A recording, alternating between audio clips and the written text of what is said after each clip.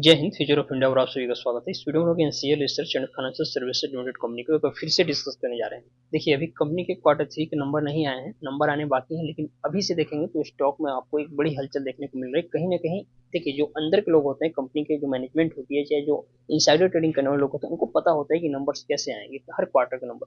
तो इसीलिए किसी भी कंपनी के जब नंबर्स आने होते हैं तो उसमें जो होती है क्लोजर, आपने सुना होगा क्लोजर ऑफ ट्रेडिंग विंडो।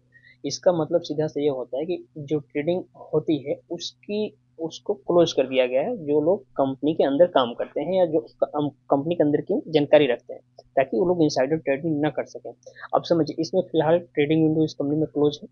अब मतलब हम लोग के लिए, हम लोग तो इसमें ट्रेडिंग कर सकते हैं, इसमें बाई सेल भी कर सकते हैं, जो इनसाइडर खबर रखते हैं उनके लिए। इसका मतलब ये है कि कंपनी के क्वार्टर 3 के नंबर आने वाले हैं, और एक बात समझिए, नंबर अच्छे आने वाले हैं, जिसके मतलब कंपनी का शेयर प्राइस जो काफी दिनों से देखेंगे तो रेंज में फंसा हुआ है, इसको ब्रेकआउट करने वाला है। कैसे ब्रेकआउट करने वाला है, और ब्रेकआउट ये ब्रेकआउट करेगा तो कितना ऊपर इसका प्राइस जाएगा, इस चीज को इस वीडियो में आपको बताऊंगा। और यह भी बताऊंगा कि 2025 के लिए इस कंपनी में इन्वेस्टमेंट करना आपके लिए कितने फायदेमंद हो सकता है। समझिए, एनसीएल रिसर्च जो कंपनी है, ये एक एनबीएफसी कंपनी है, तो हम सभी जानते हैं, लेकिन एनबीएफसी में भी टॉप श्रेणी की कंपनी है। जैसे पेनी स्टॉक में बहुत सारे जो छोटे छोटे कंपनी है एनबीएफसी है, लेकिन एनबीएफसी में अगर पेनी स्टॉक की कैटेगरी जिस जिस हिसाब से कंपनी मार्केट कैप है, इसके आसपास कंपनी को देखें तो उसमें सबसे टॉप पे बैठा हुआ है एनसीएल रिसर्च। सबसे ज्यादा नामी, सबसे ज्यादा इसके पास क्लाइंट्स हैं, और इसके पास ऑर्डर्स भी सबसे ज्यादा आते हैं। इसलिए ये कंपनी को विशेष करके फोकस किया जाता है लॉन्ग टर्म के इन्वेस्टमेंट के लिए। और मैं शुरू से ही एनसीएल रिसर्च को लेकर काफी बुलिश रहता हूँ। पैसा कमा के दिया भी ऐसा नहीं है।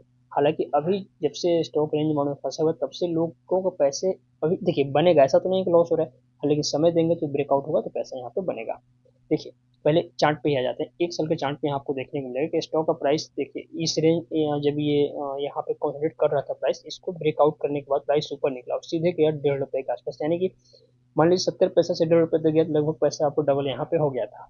फिर से प्राइस डाउन आया और फिर से इसी रेंज में आपको कहीं ना कहीं आपको फिर से कंसोलिडेट करते हुए दिख रहा है।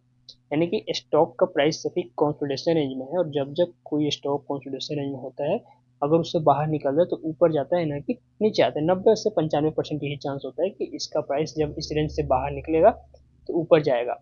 यानी कि एक बात तो तय है कि इसमें अब और वैसे भी बहुत दिनों से कंसोलिडेट कर रहे हैं, यानी कि अब इसका समय भी आ गया है इसको ब्रेक करके ऊपर निकलने के लिए।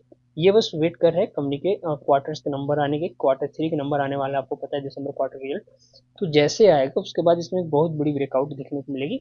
और इसी ब्रेकआउट पे अगर कोई व्यक्ति एंट्री नहीं लिया अभी तक, इस कंपनी के शेयर्स नहीं बाई किया, तो यहाँ पे वो बाई कर सकता है। और रही बात जिसके पास पहले से बाई है, जिन लोगों ने पहले से बाई करके रखा हुआ है, तो अगर टॉप पे बाई किए हैं तभी यहाँ पे एवरेजिंग कीजिएगा। अगर आप निचले स्तर पे बाई किए हुए हैं तो फिर यहाँ पे एवरेजिंग करने का कोई मतलब नहीं है। आपको आराम से प्रॉफिट बुक करना है। अगर इस लेवल पे आपने प्रॉफिट नहीं बुक किया था, तो जब इसके ऊपर निकलेगा तो यहाँ पे फिर आप प्रॉफिट बुक कीजिएगा।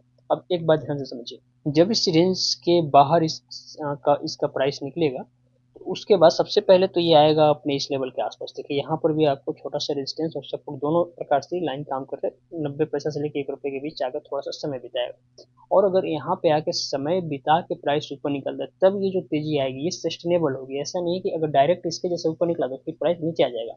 इसलिए जरूरी ये होता है कि जब प्राइस अपने रेजिस्टेंस के पास है तो वहां पर थोड़ा सा समय बिताए। जैसे क्या है कि अभी इस रेंज में देखेंगे तो समय बिता रहा है। समय बिताने के बाद जब निकलेगा तो ये तेजी कारगर होगी, और लंबे समय तक ये तेजी बनी रहेगी। इसलिए आपको खैर ये तो हमारे हाथ में नहीं, लेकिन देखेंगे अगर समय बिता के ऊपर निकल जाए तब भी ठीक है, नहीं निकलेगा तो शॉर्ट टर्म में जो लोग पैसा बनाना चाहते हैं यहाँ पे एंट्री लेंगे और फिर पैसा बनेगा निकल जाएंगे। बाकी जो लॉन्ग टर्म वाले हैं इसमें आपको होल्ड करके अभी चलना होगा। अब समझिए, क्वार्टर्स के नंबर देखेंगे तो कंपनी के जो सितंबर क्वार्टर यानी क्वार्टर 2 तक के ही रिजल्ट आए हैं। अभी तक देखेंगे तो रिजल्ट अच्छे आ रहे हैं। एक आध क्वार्टर को छोड़ तो बाकी हर क्वार्टर में कंपनी के सेल्स में बढ़ोतरी देखने को मिली है। सेल्स बढ़ने के साथ कंपनी का जो नेट प्रॉफिट होता है यह भी बढ़ा। कंपनी को सितंबर क्वार्टर में तकरीबन 1 करोड़ 9 लाख के आसपास प्रॉफिट हुआ। पहली बार कंपनी ये देखेंगे तो करोड़ों की प्रॉफिट अर्न की हुई है। यानी कि कंपनी के जो फंडामेंटल्स हैं ये मजबूत हो रहे हैं, और इसलिए मजबूत हो रहे हैं क्योंकि कंपनी की जो काम है, काम काफी दमदार है, और काम के बेसिस कंपनी को नित्य नए ऑर्डर्स मिल रहे हैं। ऑर्डर्स मिलने की वजह से कंपनी के पास फिलहाल कोई डेप्ट नहीं, एकदम डेप्ट फ्री कंपनी है। और प्लस कंपनी के पास क्योंकि प्रॉफिट का पैसा आ रहा है, तो कंपनी का रिजर्व फ्लो भी देखेंगे तो 3 करोड़ 70 लाख के आसपास, यानी कंपनी के पास ओवरऑल ठीक ठाक मात्रा में कैश है। बीएस इंडिया की वेबसाइट भी आप देखेंगे NCL research and financial service limited को, तो यहाँ पर सबसे नीचे देखने को मिलेगा मार्केट डेप्थ में कि जितने इस कंपनी में बायर्स हैं लगभग उतना ही सेलर्स हैं। बायर्स और सेलर्स की मात्रा दोनों बराबर है, यानी कि एक इस स्टॉक में ना ही लिक्विडिटी की कमी है, ना ही वॉल्यूम की कमी है, हर एक चीज़ में बराबर मात्रा में। और जाहिर सी बात है, जब लॉन्ग टर्म के हिसाब से होते हैं तो बायर्स की संख्या धीरे धीरे इसमें बढ़ेगी, और जब बायर्स बढ़ेंगे तो जो शेयर का प्राइस होता है वो और ऊपर ही जाता है। तो कुल जवाब आती है कि NCL research financial services limited 2025 में एक बेहतरीन मौका मिल सकता है इस स्टॉक में पैसा कमाने के लिए। तो सही लेवल देख आप उसमें इन्वेस्टमेंट कर सकते हैं। लेवल कौन सा है मैंने चार्ट एनालिसिस के दौरान आपको बता ही दिया है, वहाँ पे आप अपना एंट्री ले सकते हैं। बाकी मन में कोई सवाल है, कन्फ्यूजन है, कमेंट में जरूर पूछिएगा। इंस्टाग्राम पर भी जुड़कर बातें कर सकते हैं। और हाल इस वीडियो में फिलहाल इतना ही, मिलते हैं अगले वीडियो में, तब तक के लिए जय हिंद।